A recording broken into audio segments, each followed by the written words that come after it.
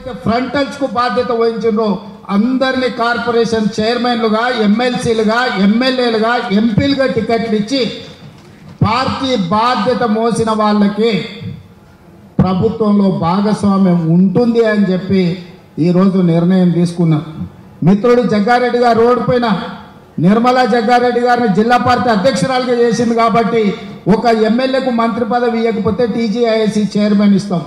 అంత పెద్ద కార్పొరేషన్ చైర్పర్సన్గా నిర్మలా జగ్గారెడ్డి గారు జిల్లా పార్టీ అధ్యక్షురాలుగా బాధ్యత వహించింది కాబట్టి ఆ రోజు బరువు మోసింది కాబట్టి ఈరోజు వారు కార్పొరేషన్ చైర్పర్సన్ కాదు. జగ్గారెడ్డి గారి కోటా కాదు, ఆవిడ సొంత కోట. జగ్గారెడ్డి సైగ చేస్తున్నాడు ఆయన కోట అని.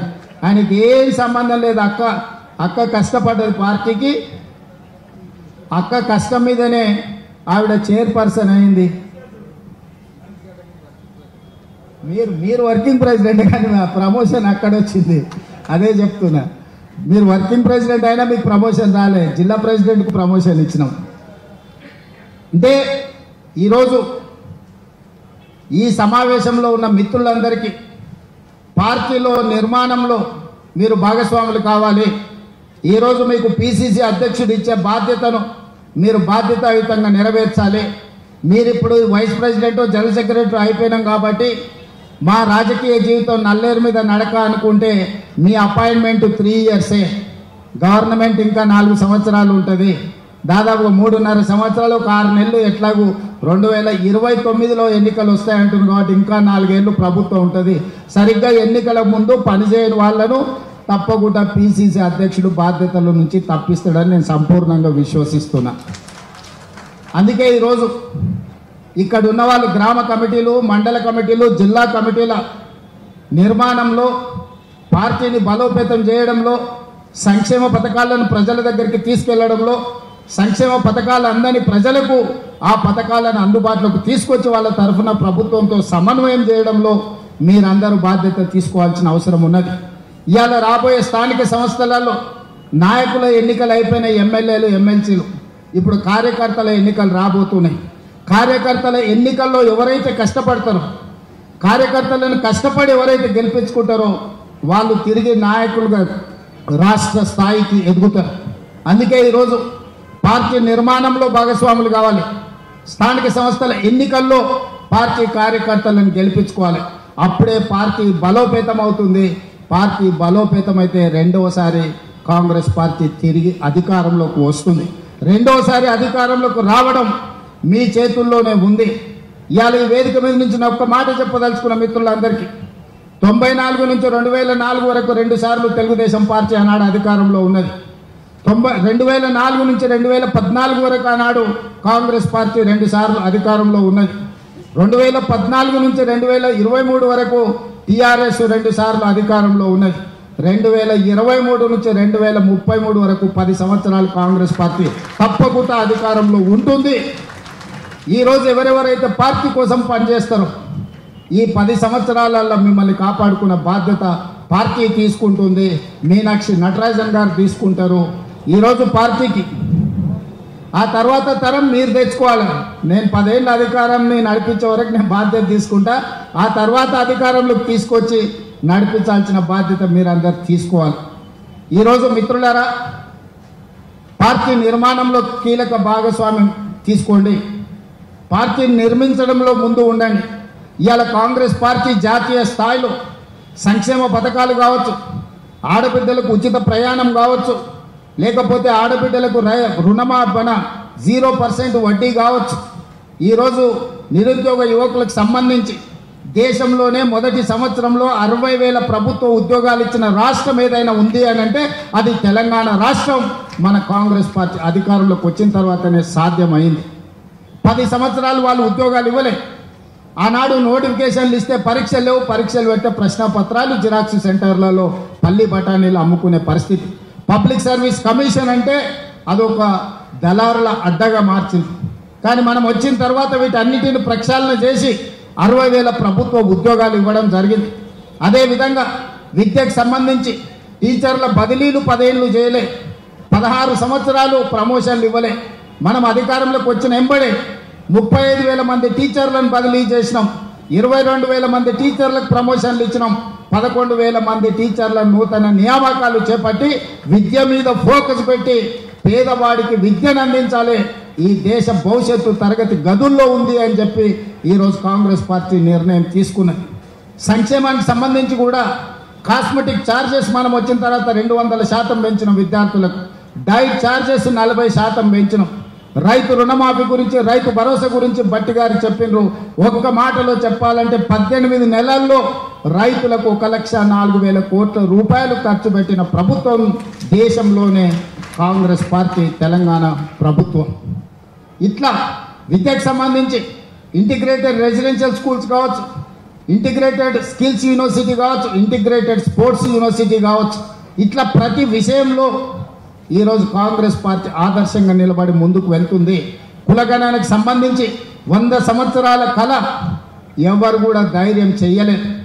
ఈనాడు socio economic, education, employment, caste and political సర్వేను దేశంలోనే గొప్పగా నిర్వహించి లెక్కలు తేల్చి ఈరోజు మోడీ ప్రభుత్వానికి సవాలు విసిరినాం. ఇవాళ రాహుల్ గాంధీ గారు పార్లమెంటులో తెలంగాణ మోడల్లో కులగణన చెయ్యాలని పోరాటం మొదలుపెట్టి మనం జంతర్ మంతర్లో ధర్నా చేస్తే కేంద్ర ప్రభుత్వం మెడలు వంచి ఈరోజు కేంద్ర ప్రభుత్వం ఇవాళ జనగణనలో కులగణన చేస్తామని చెప్పి కేంద్ర ప్రభుత్వం ముందుకు రావాల్సిన పరిస్థితి ఈరోజు మనం కల్పించినాం. అదేవిధంగా మాదిగ ఉపకులాల వర్గీకరణ మీకు తెలుసు. 30-35 సంవత్సరాల నుంచి పోరాటాలు చేస్తున్నారు వాళ్ళు. ఎంతోమంది అందులో ఎంతోమంది ఎన్నో త్యాగాలు చేసింది.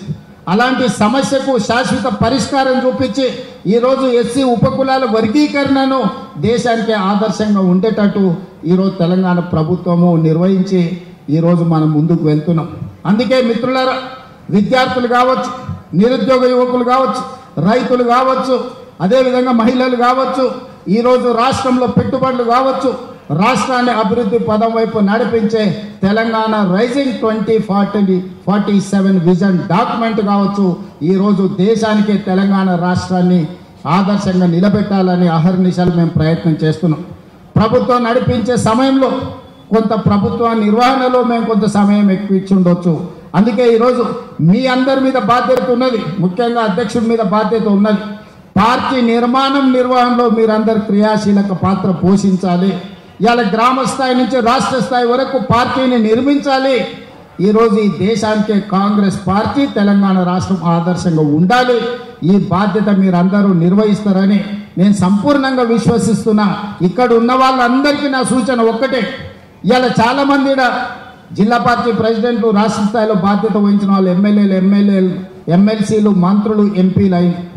రేపు భవిష్యత్తులో కూడా పార్టీ పదవే కదా అని చిన్న చూపు చూడకండి. ఈ పార్టీ పదవే మిమ్మల్ని పెద్ద నాయకులుగా తీర్చిదిద్దుతుంది, గొప్ప అవకాశాలను అందిస్తుంది. పార్టీ పదవిని చిన్న చూపు చూసిన, పార్టీ ఇచ్చిన పదవిని నిర్లక్ష్యంతో నిర్వహించిన అది తీరని నష్టం మనకే తెచ్చిపెడుతుంది. మనం చేసే కష్టం మనం ఎదగడానికి ఉపయోగపడుతుంది. మనం చేసే పని 10 మందికి ప్రయోజనం చేకూరుతుంది. అందుకే ఈరోజు మీ పదవులు వచ్చిన వాళ్ళందరికీ వచ్చే ప్రభుత్వంలో 2029లో రెండోసారి ఏర్పడబోయే ప్రభుత్వంలో ఈరోజు పార్టీ పదవులు ఉన్న వాళ్ళు చాలామందికి అవకాశాలు వస్తాయి. డీలిమిటేషన్ జరగబోతుంది, సీట్లు పెరగబోతున్నాయి, మహిళా రిజర్వేషన్లు రాబోతున్నాయి, మా ఆడబిడ్డల అవకాశాలు పెరగబోతున్నాయి, జమిలీ ఎలక్షన్లు కూడా తెస్తామని చెప్తున్నారు. ఇవన్నీ రాజకీయ అవకాశాలను పెంచుతాయి. మరి ఆ సమయానికి మీరు రెడీగా ఉండాలి. మీరు సమయం వచ్చినప్పుడు మీరు సిద్ధంగా లేకపోతే బట్టలు డ్రై క్లీన్లో ఉన్న ఇస్త్రీ బట్టలు తెచ్చుకుంటామని అటే పోయినంటే బీఫామ్ మీ దగ్గరికి రాదు. మీరు ప్రజల దగ్గర ఉండండి, ప్రజల సంక్షేమం కోసం పనిచేయండి, తెలంగాణ అభివృద్ధిలో భాగస్వాములు కాండి. తప్పకుండా ఈ పార్టీ, ఈ ప్రభుత్వం ప్రజలకు మేలు చేస్తుంది. మీరందరూ కూడా మాతో నడవాలి. ఇంతకుముందు పిఎస్సిలో మహేష్ గౌడ్ గారు ఒక మాట చెప్పారు, ఈ 18 నెలల పరిపాలన ఒక గోల్డెన్ పీరియడ్. ఈ గోల్డెన్ పీరియడ్ని ప్రజల దగ్గరికి తీసుకెళ్ళాలి. పనిలో మేము నిమగ్నమైనం. ప్రసార సాధనాలు మనకు కొన్ని సహకరిస్తాయి, కొన్ని సహకరించవు. కానీ ప్రజలకు, ప్రభుత్వానికి అనుసంధానంగా మీరే పని చేయాలి. గ్రామాలలో ప్రభుత్వం చేస్తున్న పనులను చర్చకు పెట్టండి. 10 సంవత్సరాల వాళ్ళ పరిపాలనను, 18 నెలల మన పరిపాలనను అంచనా వేయమనుంది. మీరు సవాల్ చేయండి సూటిగా. మీరు లెక్కలు తీసుకోండి, లెక్కలతో మనం జవాబు ఇద్దాం. ఏ విషయంలో అయినా సరే, విద్య కానీ, వైద్యం కానీ, రైతు రుణమాఫీ కానీ, రైతు భరోసా కానీ, లేకపోతే ఆర్టీసీలో ఉచిత ప్రయాణం కానీ, మహిళలకు 0% వడ్డీ కానీ, ఏ విషయమైనా సరే 10 సంవత్సరాలలో వాళ్ళు ఏం చేసిండ్రు, 18 నెలల్లో మనమేం చేసినామో లెక్కలు చెప్పి ప్రజల్ని ఒప్పించి రాబోయే రోజుల్లో పార్టీ నిర్మాణంని ముందుకు తీసుకువెళ్దామని తెలియజేస్తూ మీ అందరి దగ్గర సెలవు తీసుకుంటున్నా. మరొక్కసారి నూతనంగా బాధ్యతలు చేపట్టిన వాళ్ళందరినీ కూడా మనస్ఫూర్తిగా అభినందిస్తున్నాను. ధన్యవాదాలు మిత్రులారా.